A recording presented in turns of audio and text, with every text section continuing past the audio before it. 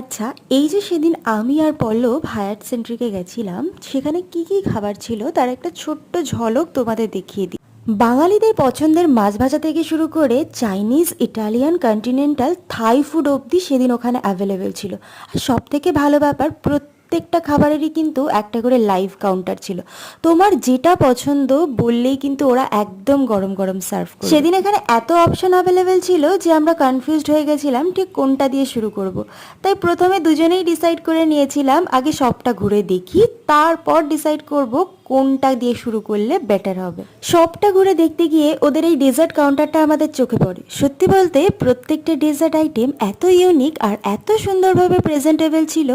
যদিও আমি মিষ্টি খেতে এতটাও ভালোবাসি না, তবে ওদের ডেজার্ট আইটেমগুলো দেখে আমার কিন্তু ট্রাই করতে ইচ্ছে হয়েছিল। নেক্সট পার্টে কিন্তু আমি বাকি খাবারগুলো কেমন ছিল সেটার একটা আপডেট তোমাদের দেবো, তার জন্য সাথে থাকতে হবে।